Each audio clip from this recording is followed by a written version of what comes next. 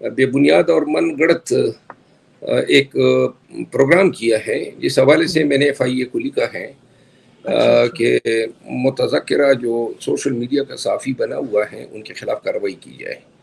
جی میں آپ کی بات سمجھ گیا ہوں۔ اچھا شیخ افضل بھائی، ابھی ٹویٹ کا ہم ذکر کر رہے ہیں، ایک بڑی ہی اہم ٹویٹ جو صدر مملکت عارف علوی صاحب ان کی طرف سے آئی، ایک دو بل آپ کے سامنے، آپ زیادہ بہتر جانتے ہیں تمام معاملات کو، لیکن دو بل 3 ملٹری سیکٹریز ہاں کر کے گئے،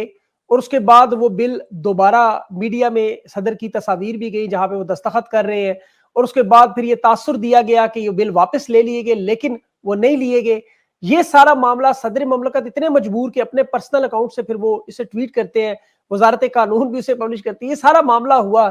اس سارے معاملے کو آپ کس اینگل سے دیکھ رہے ہیں اور عوام کو کیا بتا سکتے ہیں؟ دیکھیں، یہ صدر پاکستان کی جب یہ ٹویٹ آئی تو اس نے دو باتیں کی۔ ایک بات انہوں نے یہ کہی کہ میں نے یہ سمری جو تھی قانون سازی کی، اس کو میں نے کنسنٹ نہیں دی ہے، اور دوسری بات انہوں نے یہ کہی کہ میں نے 10 ایام کے اندر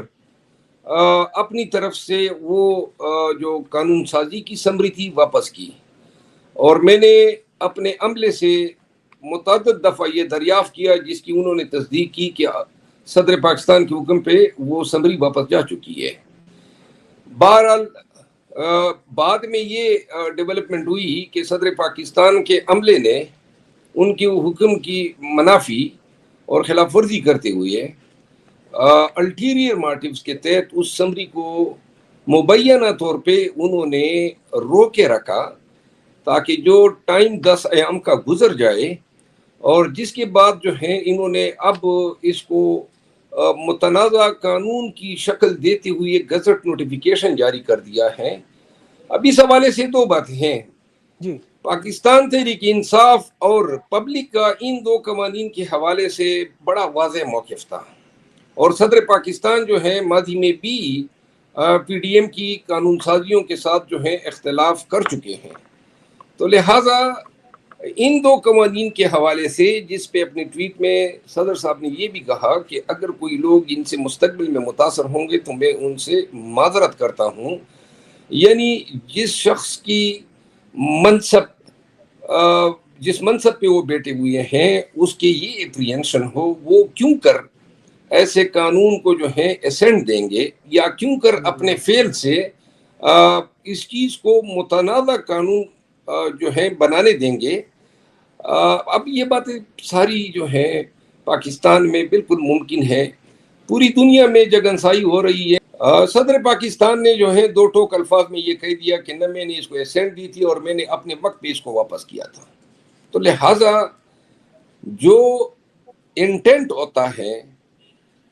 لیجسلیچر کے اس حصے کا، یعنی جو کہ اس کیس میں صدر پاکستان ہے،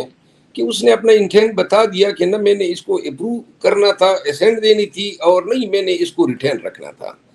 اب اس کی جو ریٹینشن ہے یا جو آفس نے اپنے پاس رکھی، اس کی بنیاد پہ یہ ایزیوم کرنا کہ یہ پاکستان کے لوگوں کے لیے 25 کروڑ لوگوں کے لیے قانون بن گیا ہے، یہ قانون کے ساتھ بھی مذاق ہے، اور بیسیکلی صدر پاکستان جو کانسٹیٹیوشنل آفس ہے اس دفتر کے ساتھ بھی مذاق ہے۔ اب اچھا شرزل بھائی، یہاں پہ میں یہ بتائیں کہ اب جو اس قانون کے تحت جو عمران خان کا کیس ہے اس پہ کتنا اثر پڑ سکتا ہے، اور کہ اگر یہ سزا کا معاملہ بنائیں جو یہ کوشش کریں گے تو صدر مملکت اس میں کیا کردار ادا کر سکتے ہیں؟ دیکھیں، جو تعزیری قوانین ہوتے ہیں، یعنی جو یہ سے مراد ایسے قوانین جس میں سزائیں بڑھائی یا کم کی جاتی ہیں، وہ قوانین پراسپیکٹیو ہوتے ہیں، ریٹراسپیکٹیو نہیں ہوتے ہیں، یعنی یہ نافذ العمل ہوتی ہیں جس تاریخ سے، اس کے بعد یا اس تاریخ کو ہونے والے جرائم جو ہیں وہ ان کے پرویو میں فال کرتے ہیں، تو لہذا چیئرمین PTI کا جو کیس ہے وہ جو ہے ان قوانین کا ان کے کیس پہ کوئی اثر نہیں ہوگا۔ دوسری بات یہ ہے، پاکستان تحریک انصاف نے، کور کمیٹی نے یہ فیصلہ کیا کہ ہم جو انہوں نے گزٹ نوٹیفیکیشن جاری کرتے ہوئے جلدی میں اس کو قانون کا درجہ دینے کی کوشش کی ہے، ہم اس عمل کو جو ہے کانسٹیٹیوشنل کورٹس میں چیلنج کر رہے ہیں، اور میرا خیال نہیں ہے کہ کسی بھی منطق یا دلیل کی بنیاد پہ یہ قانون جو ہے وہ ٹھہر سکے گا۔ جی، تو سپریم کورٹ میں اگر اس کی جو ابھی پٹیشن صدر نے خط لکھا چیف جسٹس کے بارے میں، اس کے بارے میں ان کی رائے مانگی گئی، اور اس پہ آپ کا کیا خیال ہے کہ کیا عمر بندیال صاحب کچھ اس میں اپنا اثر و رسوخ دکھا سکتے ہیں، کچھ رائے دے سکتے ہیں؟ دیکھیے، اثر رسوخ کی بات نہیں ہے، انٹرپریٹیشن آف لا کی بات ہے، اور یہ خط جو ہیں اس کی سگنیفیکنس ہے، اور سپریم کورٹ آف پاکستان کو اس خط کی بنیاد پہ اس میٹر کو پریزیڈنشل ریفرنس ٹریٹ کرتے ہوئے ایک بینچ بنا کے اس کو آنسر کرنا چاہیے، یا اس خط کی بنیاد پہ supreme court of Pakistan so motto بھی لے سکتی ہے آرٹیکل 184(3) میں، تاکہ ویسی بھی سپریم کورٹ آف پاکستان میں اس کی جوڈیشل سائٹ پہ ڈسپنسیشن کرنی ہے۔ تو لہذا چونکہ ایک ارجنٹ نوعیت کا مسئلہ ہے، ایک قانون جو ہے بتایا جا رہا ہے کہ بن چکا ہے، اور جو قانون بنانے والا ہے یعنی صدر پاکستان وہ اس کو ڈسون کر رہا ہے، تو ان حالات میں چاہیے یہ کہ فاضل سپریم کورٹ آف پاکستان کی بینچوں کے اس معاملے سے نکلنے کے لیے ضروری ہے کہ پوری سپریم کورٹ آف پاکستان کی فل کورٹ جو ہے اس کو یہ میٹر جو ہے انٹرسٹ کیا جائے، تاکہ یہ فیصلہ ہو سکے کہ آیا ان حالات میں اس دستاویز کی کوئی قانونی اہمیت ہے یا نہیں۔ بالکل۔ اچھا، آپ قانون کی بات کر رہے ہیں، ہم دیکھتے ہیں کہ عمران خان صاحب کا جو توشہ خانہ کا کیس لگا ہوا ہے، اس پہ جج عامر فاروق نے 3 دن کا کہا، آج 14 دن ہو گئے، 16 دن بلکہ عمران خان کو ہو چکے ہیں۔ اس کے علاوہ پھر اٹک جیل میں آپ کو پتا ہے سیشن جج بھی گئے، وہاں بنیادی سہولیات کا انہوں نے معائنہ کیا، وہ انہوں نے ذکر کیا اس میں کہ وہ موجود نہیں ہے۔ تو اس صورتحال میں عدلیہ پر آپ کا، ظاہر ہے آپ قانون کے طالب علم ہیں، تو اس صورتحال میں آپ کو کیا لگتا ہے، ان ججز پہ آپ کو اعتماد ہے، عدالت پہ آپ کو اعتماد ہے، کیا کریں گے آپ؟ دیکھیں، چیئرمین پی ٹی آئی نے جیل سے ایک 2 ٹوک موقف اپنی لیگل ٹیم کے پاس بھیجا ہے۔ تاہم کل میرے خیال میں سردار لطیف کوسہ صاحب جو ہیں اس کیس کو لیڈ کریں گے، فاضل ڈویژن بینچ کے روبرو جس کو ہیڈ کر رہے ہیں چیف جسٹس صاحب، اور اب یہ سردار لطیف کوسہ صاحب پہ منحصر ہیں کہ وہ جو ہیں اپنے تئیں کیا سٹانس لیتا ہے، یا عدالت کے سامنے سسپینشن ارگو کرتا ہے یا نہیں، اس حوالے سے میں حتمی بات نہیں کہہ سکتا ہوں۔ عمیر نیازی ایڈوکیٹ جب ان سے ملنے گئے، انہوں نے خان صاحب کی طرف سے یہ میسج ہمیں دیا کہ توشہ خانہ کیس ہو یا کوئی بھی کیس ہو، کسی بھی حالت میں چیف جسٹس اسلام آباد ہائی کورٹ کے سامنے چاہے وہ میری سزا معطلی کیوں نہ کر دیں، آپ نے ارگو نہیں کرنا ہے، بلکہ ان کو استدعا کرنی ہے کہ جو ہمارا موکل ہے کلائنٹ عمران خان، وہ جو ہے آپ سے فیصلہ نہیں کروانا چاہتا ہے۔ دوسری بات یہ ہے کہ اب صحیح معنوں میں چیئرمین پی ٹی آئی کے ساتھ جو ہے وہ ناانصافیاں ہو رہی ہے۔ ہم نے 5 تاریخ کو ان کی گرفتاری کے بعد فوراً اسلام آباد ہائی کورٹ سے عمران خان کی بنیادی سہولیات کے لیے جیل کے اندر فراہمی کے لیے ہائی کورٹ سے رجوع کیا، اور سب سے پہلا آرڈر جو ہوا وہ یہ تھا کہ 3 وکلاء جو ہیں وہ چیئرمین پی ٹی آئی کے ساتھ ملاقات کر سکتے ہیں۔ آج تک میری ملاقات میں ان 3 وکلاء میں سے تھا، بلکہ وہ پٹیشن ہی میں نے ارگو کی تھی، آج تک میری ملاقات چیئرمین پی ٹی آئی کے ساتھ نہیں ہوئی ہے۔ میں 4 دفعہ گیا، ایک دفعہ گیا وہاں ایف آئی آر ہوئی، دوسری دفعہ گیا اغوا کرنے کی کوشش کی گئی، تیسری دفعہ گیا تو وہاں پہ پولیس نے جانے نہیں دیا، اور چوتھی دفعہ جو ہے وہ عمیر جب چلا گیا تو میں وہاں پہ نہیں گیا، کیونکہ اندیشہ تھا کہ پولیس والے جو ہیں اور کوئی ڈرامہ کریں گے۔ تو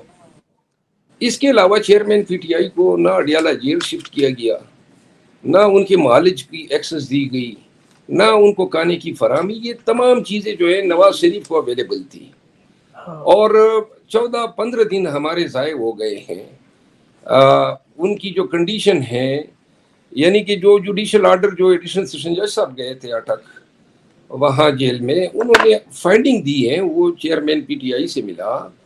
ان کے بیرک ان کے سیل کا معائنہ کیا، اور انہوں نے کہا کہ جی عین اس کے سیل کے سامنے ویڈیو کیمرہ لگایا گیا ہے، اور جس میں سے وہ جو باتھ روم یا ٹوائلٹ ہے وہ سامنے نظر آ رہا ہے. تو یہ انہوں نے پھر حوالہ بھی دیا ہے کہ جیل مینیول کے رول 277 کے تحت یہ بنیادی جو حقوق ہیں ان کے خلاف ورزی ہے. چیئرمین پی ٹی آئی کو شیو کرنے کے لیے شیشہ تک فراہم نہیں کیا گیا جس سے ان کی داڑھی جو ہے وہ اگائی اور کافی ٹائم کے بعد انہوں نے شیو کیا. اسی طرح صفائی کی کوئی ناگفتہ بے صورتحال جو ہیں بتائی جاتی ہیں. بشرا بی بی 2 دفعہ گئی اور انتہائی غیر مطمئن ہو کے آئی ہے. تو ہمارا گلہ تو عدالت سے بنتا ہے. 2 دفعہ یہ کیس لگا. فاضل جج صاحب جو ہیں وہ کوئی ہماری دادرسی نہیں کر سکے. بہتر یہ تو ہے کہ ان حالات جی میں چیئرمین پی ٹی آئی کی کیسز جو ہیں وہ کسی ایسے بینچ کو منتقل کیے جائیں جہاں پہ ہمیں انصاف ہوتا ہوا نظر آئے. اچھا شیخ افضل بھائی، اگر یہ نہیں کرتے جج عامر فاروق، آپ کو پتا ہے جس طرح وہ ٹال رہے ہیں، صاف ساری دنیا کو نظر آ رہا ہے کیا واردات ہے، آپ لوگوں کے پاس اس کا بیک اپ پلان کیا ہے؟ کیا آپ لوگ سپریم کورٹ میں تو پٹیشن جا نہیں سکتی جب تک میرے حال میں وہ فیصلہ نہ کرے؟ اس کے بعد انٹرنیشنل کورٹ کی بھی آپ کو پتا ہے بڑی بات چیت ہوئی، شاید آپ کو بشرا بی بی کی طرف سے ہدایات ملی تھی کچھ اس طرح کی. تو اب کیا لائے عمل کیا ہے آپ کا، کیا کریں گے آپ؟ انٹرنیشنل کورٹ کا جو میٹر ہے اس کو عمر ایوب صاحب ڈیل کر رہے ہیں چونکہ آپریشنل سائٹ پہ پارٹی کے معاملات وہ دیکھتے ہیں. تو لہٰذا میں اس حوالے سے کوئی پالیسی سٹیٹمنٹ نہیں دے سکتا ہوں. جی جی ٹھیک. دوسری بات جو ہے اگر یہ ریکیوزل نہیں ہوتی ہے تو چیئرمین پی ٹی آئی نے جو ہے یہ بھی واضح کیا ہے کہ ان حالات میں کہ اگر ان کا کیس جو ہے وہ کسی اور بینچ کو ٹرانسفر نہیں ہوتا ہے جی تو انہوں نے جو پیغام دیا ہے وہ 2 حصوں پر مشتمل ہے. ایک یہ ہے کہ ان کو ریکویسٹ کی جائے کہ وہ ریکیوزل کریں، اور اگر بالفرض ہر حالت میں وہ ریکیوزل نہیں کرتے ہیں تو انہوں نے یہ اندھیا دیا ہے کہ وہ اس حوالے سے مناسب قانونی کارروائی کا ارادہ رکھتے ہیں. وہ کیا ہو سکتی ہے؟ انہوں نے واضح الفاظ میں کہا ہے کہ اس کے لیے اگر ان کو ریفرنس بھی دائر کرنا پڑے عامر فاروق صاحب کے خلاف تو وہ ریفرنس دائر کرنے کے لیے بھی تیار ہیں. بالکل صحیح، امید ہے اس پہ کچھ ہے. لیکن ابھی دیکھیں آپ نے شہریار آفریدی کو بری کروایا، 8ویں یا 9ویں دفعہ شاید بری کروایا. ڈپٹی کمشنر ایم پی او کے تحت دوبارہ اس فیصلے کو چیلنج کر رہے ہیں، جبکہ میرے پاس چیف جسٹس پشاور کا فیصلہ پڑا. 3 اہم ججمنٹس ہیں. جج انوار الحق صاحب کا فیصلہ ہے جو 9 مئی کے جج تھے جنہوں نے توشہ خانے کا کیس اڑا دیا. پھر جج بابر ستار صاحب، انہوں نے بھی یہی بات کی کہ ایک کیس میں گرفتاری کے بعد آپ دوبارہ نہیں گرفتار کر سکتے. اور مزے کی بات ہے آپ ہی تینوں میں ہے، اس میں تینوں میں وکیل آپ ہی تھے. تو یہ جو معاملہ ہے اس پہ پھر بھی یہ واردات ہو رہی ہے، تو یہ ہم کس طرف جا رہے ہیں؟ یہ جو 3 فیصلے ہیں ان کی بڑی کلیدی اہمیت ہے. آنریبل جسٹس بابر ستار صاحب کا، جسٹس انوار الحق پنو صاحب کا، اور جسٹس ابراہیم خان صاحب جو چیف جسٹس ہے پشاور ہائی کورٹ کے، جی جی انہوں نے اپنے فیصلے کی بنیاد پہ ایک انتظامی حکم بھی صادر کیا ہے کے پی میں تمام ڈسٹرکٹ انسٹیٹیوشن ججز کو کہ اگر ایک شخص کو ایک دفعہ انٹرم پری ارسٹ بیل ہو جاتی ہے تو اس کو کسی دوسرے کیس میں کوئی ایجنسی گرفتار نہیں کرے گی. لاہور ہائی کورٹ کے انوار الحق پنو صاحب نے جو فیصلہ دیا ہے وہ جی ایچ کیو اٹیک کے حوالے سے جو بیانیہ پی ٹی آئی کے خلاف دیا گیا ہے وہ بیسیکلی کورٹ نے اپنے فیصلے میں اڑا کے رکھ دیا ہے. آنریبل جسٹس بابر ستار صاحب نے abuse of the official position یا پروسیس آف لا کے ایبیوز کے حوالے سے ایک بڑی لینڈ مارک ججمنٹ دی ہے. اور ابھی شادیار افریدی یہ کوئی کرمنل ٹرائل نہیں ہے کہ اس میں وہ بری ہو، یہ بیسیکلی ڈیٹینشن کا کیس ہے اور وہ ایک عارضی حکم نامہ جاری ہوا ہے. ہمیں یہ علم ہوا ہے کہ ڈپٹی کمشنر نے جو ہے اس سنگل بینچ کے آرڈر کو آئی سی اے میں چیلنج کیا ہے، لیکن مجھے یہ علم نہیں ہے کہ انہوں نے اپنے تئیں جو ان کو کنٹیمپٹ کا نوٹس دیا گیا ہے اس کو چیلنج کیا ہے یا پورے آرڈر کو چیلنج کیا ہے. لیکن جو بھی ہو ہم یہ چاہیں گے کہ کوئی امپارشل جو بینچ ہیں وہ ایسے مقدمات کو سنے تاکہ لوگوں کو جو تھوڑی سی امید پیدا ہو گئی ہے انصاف کے حوالے سے یا رول آف لا کے حوالے سے، وہ امید جو ہے وہ عدالتی فیصلوں کے ذریعے اس کی روک تھام جو ہے ممکن نہ ہو۔ اچھا، ابھی جو خصوصی عدالت بنائی گئی شاہ محمود قریشی کے کیس میں، حسنات صاحب جس کے جج ہیں، یہ عدالت جون میں آپ کو پتہ ہے نوٹیفیکیشن ہوا اس کا، یہ عدالت بنائی گئی خصوصی طور پہ، جج صاحب بھی لائے گئے، تو یہ کیا سائفر کے معاملے پر عمران خان کے کیس کو جلد از جلد کرنا چاہتے ہیں، یا اس پہ کیا معاملہ ہے، اس پہ آپ کی کیا معلومات ہے؟ سائفر کیس میں میں چیئرمین پی ٹی آئی کو ریپرزینٹ کر رہا جی ہوں۔ جی ان کے احکامات کے تحت میں نے پہلے بھی اسلام آباد ہائی کورٹ میں ریٹ پٹیشن دائر کی، اور جو ابھی تک زیر سماعت ہے۔ گزارش یہ ہے، اب ایف آئی اے نے انسداد دہشت گردی کے قوانین کے تحت اور آفیشل سیکریٹ ایکٹ کے تحت مقدمہ درج کر دیا ہے، جی اور اب یہ مقدمہ جو ہے یہ ٹرائل کی صورت بھی اختیار کرے گا، لیکن اس میں چیئرمین پی ٹی آئی کی گرفتاری ہو چکی ہے، اور سب سے پہلے مرحلے پہ ہمیں ان کی ضمانت کے لیے مجاز عدالت سے رجوع کرنا ہوگا۔ اسناد صاحب کی جو آپ نے بات کی، ابھی تک ہمارے پاس کوئی ایسے شواہد نہیں ہے کہ ہم ان کی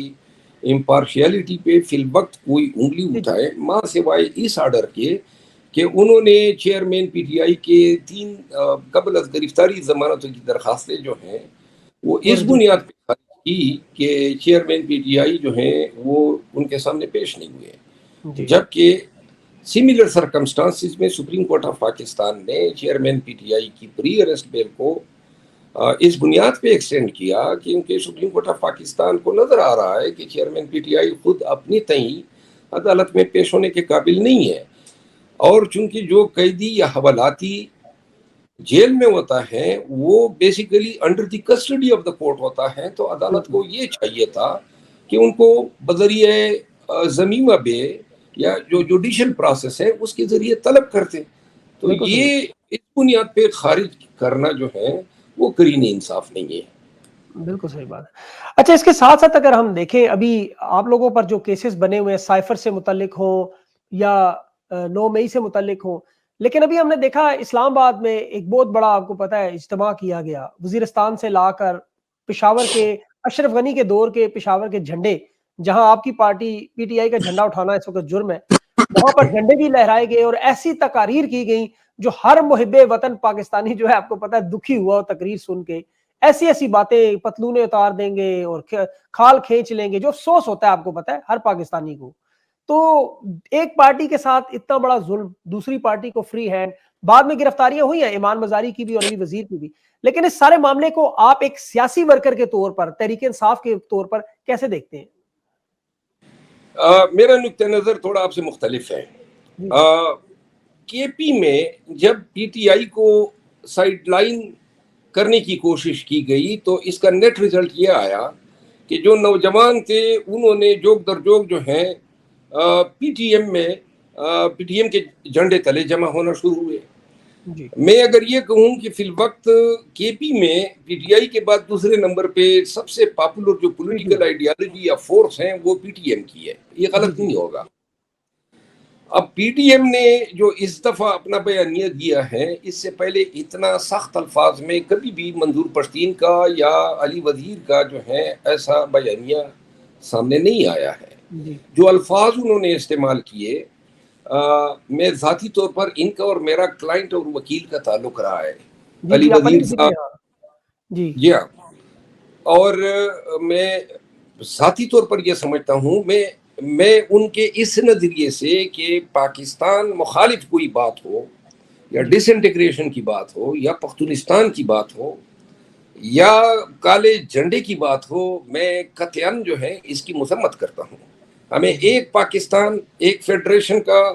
جیسے میں پنجاب، کے پی، کشمیر، بلوچستان، گلگت، یہ تمام لوگ جو ہیں فیڈریٹنگ یونٹ کے ساتھ ایک جی مستحکم پاکستان جو ہے وہ تمام پاکستانیوں کا جو ہے وہ ان کا خواب بھی ہے، اور یہ ایک مستحکم پاکستان دیکھنا چاہتے ہیں۔ پی بالکل ٹی ایم کا جو بیانیہ آیا، اپنے جو ان کے معروضی آلات ہیں اور جو زبان انہوں نے استعمال کی، یہاں پہ ان کو اس بنیاد پہ مورد الزام ٹھہرانا کہ جی انہوں نے اداروں کی، یہاں پاکستان کی سالمیت کے خلاف بات ہوگی یا پاکستان کی تقسیم کی بات ہوگی یا لسانی بنیادوں پہ یا قومی بنیادوں پہ پاکستان کے ٹکڑے یا ان کے حصے کرنے کی بات ہوگی، کوئی محب وطن پاکستانی بالخصوص پی ٹی آئی کا کوئی نظریاتی ورکر اس کی تائید نہیں کر سکتا ہے۔ بالکل درست۔ لیکن یہاں یہ بھی ذہن میں رکھنا چاہیے کہ پی ٹی ایم اتنے نہج پہ کیوں پہنچی۔ میں قطعاً یہ نہیں سمجھتا ہوں کہ پی ٹی ایم جو ہے اس کا پی ٹی آئی سے کوئی مقابلہ ہے۔ بالکل پی ٹی ایم اپنے نظریات پہ اپنی سیاسی پرچار کر رہی ہے جو ان کا حق ہے، لیکن اسلام آباد میں ان کے اس بیانیے کو اتھارٹیز نے پرامپٹلی جو ہے ان کو انکاؤنٹر کیا ہے، ایف آئی آر دیے دہشت گردی کے دفعات کے تحت۔ یہاں ایک چیز بہت ضروری ہے کہ پی ٹی ایم کی جو لیڈرشپ ہے، اور اگر کے پی میں ایلیمینیٹ ہوتی ہے یا ایلیمینیشن کی کوشش ہوتی ہے پاکستان تحریک انصاف کی، تو حکام یہ جان لے کہ جو پی ٹی آئی کا جو ورکر ہیں یا جو پی ٹی آئی کی اسٹرینتھ ہے، یہ کبھی اپریہنشن یہ ہو سکتے ہیں کہ پی ٹی ایم جو ہے وہاں پہ بھی اپنے پنجے گاڑ لے، کیونکہ اور پی ٹی ایم جو ہے اور پی ٹی آئی کے پی کے معروضی حالات اس طرح ہیں، خصوصاً سیکیورٹی کے پوائنٹ آف ویو سے، کہ ضرورت اس امر کی ہے کہ اسٹیبلشمنٹ اور نگران حکومت جو ہے یہ ڈائیلاگ انیشیٹ کرے سیاسی قوتوں کے ساتھ۔ یہاں پہ زور زبردستی کے بجائے، گرفتاریوں کے بجائے بہتر یہ ہوگا کہ یہ ان کے ساتھ ڈائیلاگ، اگر ان کے کوئی ان کے خدشات ہیں تو وہ ایڈریس ہونے چاہیے اور ان کو اس پہ قائل کیا جانا چاہیے۔ منظور پشتین اور علی وزیر نے کھل کے آج جو ہے پاکستان کی تقسیم کی بات کی ہے، یہ پہلے نہیں کی ہے۔ ابھی تک علی وزیر ممبر نیشنل اسمبلی تھا، شہباز شریف کو انہوں نے ووٹ دیا، اس کی حکومت نے ان کو فنڈز بھی دیے، تو لہذا یہ ان کو ایکسس بھی کر سکتے ہیں اور ڈائیلاگ کے ٹیبل پہ لا سکتے ہیں، اور میں بحیثیت ایک وکیل کی، ایک سیاسی ورکر کے ڈائیلاگ کی حمایت کروں گا۔ اچھا، لیکن یہاں پر شیخ افضل بھائی، یہاں پر یہ کہا جاتا ہے کہ پی ٹی ایم کو باقاعدہ طور پر طاقت شاید اس وجہ سے فراہم کی جا رہی ہے کہ یہ جو ویکیوم ڈیولپ ہوگا پی ٹی آئی کی وہاں پہ قیادت کو سائیڈ لائن کر کے ان لوگوں کو لایا جا رہا ہے، یہ بھی کسی منصوبے کا حصہ ہے۔ کیا آپ کو لگتا ہے کچھ ایسا ہو سکتا ہے؟ دیکھیے، یہ کون سا منصوبہ ہو سکتا ہے؟ جو زبان استعمال کی گئی تو وہ زبان تو میں بحیثیت ایک پاکستانی کی اس کی تو اپروول نہیں دے سکتا ہوں۔ اداروں کے حوالے سے، افواج پاکستان کے حوالے سے، اسٹیبلشمنٹ کے حوالے سے وہ لینگویج یا وہ الفاظ مجھے قبول نہیں ہے۔ تو اس میں اسٹیبلشمنٹ کو کیا فائدہ ہے؟ وہ اپنی توہین کرانے والوں کو یا ان کے خلاف جو حرکت سرائی ہو رہی ہے ان کو کیوں پروموٹ کریں گے؟ یہ بیسیکلی کنسپیریسی تھیوریز ہے۔ اور پی ٹی ایم کے ساتھ دیکھیں 2.25 سال علی وزیر جیل میں رہے، 2.25 سال کے بعد ان کی رہائی ہوئی، کوئی ان کی انڈرسٹینڈنگ ہوتی یا کوئی ان کی، یہ باتیں غلط ہیں۔ پی ٹی ایم جو ہے، میں سمجھتا ہوں کہ پی ٹی ایم جو ہے وہ جو سیاست کر رہی ہے اس سیاست میں ان کو چاہیے کہ وہ پاکستانیت کے دائرے کے تحت رہتے ہوئے ایک لیگل کانسٹیٹیوشنل فریم ورک کے تحت بات کریں۔ اور یہاں پہ میں ضرور یہ کہوں گا کہ یہاں پہ اسٹیبلشمنٹ کو مورد الزام یوں ٹھہرانا کہ جی وہ کیوں کے لیے ان کو لا رہی ہیں، تو وہ ساتھ میں اپنی بے عزتی بھی کروائے گی، پھر ساتھ میں یہ بھی کہے گی کہ جی یہ لینگویج ان کے خلاف استعمال ہو۔ منطق اور دلیل کے مطابق یہ عقل کو اپیل نہیں کرتی ہے، کنسپیریسی تھیوری ہے جس کی کوئی ایویڈنس نہیں مل رہی ہے۔ اچھا نہیں، اس کی وجہ سے تھوڑی سی بات میں کرنا چاہوں گا۔ 16 مہینوں میں انہوں نے شہباز شریف کی حکومت میں کوئی احتجاج نہیں کیا، ان کی 2 ووٹ پر حکومت بنی، عمران خان کی حکومت گری، جبکہ وہ لوگ اگر چاہتے جینونلی تو وہ کبھی اس حکومت کا ساتھ نہ دیتے۔ لیکن اس میں ایک اور بڑی اہم بات شیخ افضل بھائی کہ آپ کے جو اصل میں اگر دیکھا جائے کے پی کے کی سچویشن، تو وہاں پر ان کے اور آپ کے منشور میں بہت سی چیزیں ملتی ہیں۔ مطلب یہ بھی پختونوں کے حقوق کی بات کرتے ہیں, خیبر پختونخوا میں بھی پختونوں کے خون کی بات ہوتی ہے, تو دونوں پارٹیوں میں بہت ساری مماثلت بھی ہے, سوائے ان کے موقف میں بہت زیادہ سختی ہے. آپ لوگوں نے ایسی کوئی بات ہی نہیں کی تو انہوں نے پھر بھی آپ کو رگڑ کے رکھ دیا. تو کیا ایسا ہو سکتا ہے مستقبل میں آپ کے کوئی آپس میں ہاتھ مل جائے؟ دیکھیں پی ٹی ایم جو ہے وہ ابھی تک کوئی سیاسی پارٹی نہیں ہے, نہ یہ کہیں پہ رجسٹر ہوئی ہے, نہ الیکشن کمیشن میں رجسٹر ہوئی ہے. اور منظور پشتین سے خود میری کئی ملاقاتیں ہوئی ہیں, میرے دفتر تشریف لاتے رہے ہیں. میں نے ان سے یہ سوال کیا تھا کہ جی, تو انہوں نے کہا تھا کہ ہم بیسیکلی نرچر کریں گے, نرش کریں گے پولیٹیکل آئیڈیالوجیز کو, اور شاید 8-10 سال کے بعد جو ہیں ہم پارلیمانی سیاست میں جائیں. یہ ان کے الفاظ تھے. پی ٹی ایم جو ہیں اگر ابھی تک تو یہ پولیٹیکل پارٹی کے طور پہ رجسٹرڈ نہیں ہے, نمبر 1. نمبر 2, ان کی کوئی تنظیم سازی نہیں ہے. کے پی میں ایک موومنٹ ہے نوجوانوں میں, قومیت کی بنیاد پہ پاپولر ہے. پھر پشتون جوان یہ سمجھتے ہیں علی وزیر نے بڑی تکلیفیں اٹھائی ہیں پاکستان کے ساتھ رہنے کی. ان کے خاندان کے بہت سارے لوگوں کو شہید کیا گیا ملیٹنٹس نے. تو پشتون نوجوان یہ سمجھتا ہے کہ چونکہ ان لوگوں نے ذاتی طور پہ کافی تکلیفیں اور صعوبتیں اٹھائی ہیں تو لہٰذا یہ پشتون قوم کے ساتھ مخلص ہے. تو یہ چیزیں جو ہیں ان کو پاپولر کرنے میں کافی کامیاب رہی ہیں. اور میں نہیں سمجھتا ہوں کہ پی ٹی ایم اور پی ٹی آئی جو ہیں, ایک چیز پہ تو فی الوقت شاید اتفاق ہو سکتا ہے کہ پی ٹی آئی بھی آج کل ظلم و ستم کا شکار ہے, شکایت کر رہی ہے. اور پی ٹی ایم جو ہے وہ تو جب سے بنی اسی پوائنٹ پہ ہیں کہ جی ہم جبر ظلم اور جو فسطائیت ہے اس کو ہم اپنے علاقے میں, اپنے ایریاز میں جو ہے نہیں چلنے دیں گے. تو وہ ان کا موقف رہا ہے. لیکن یہ بات درست ہے.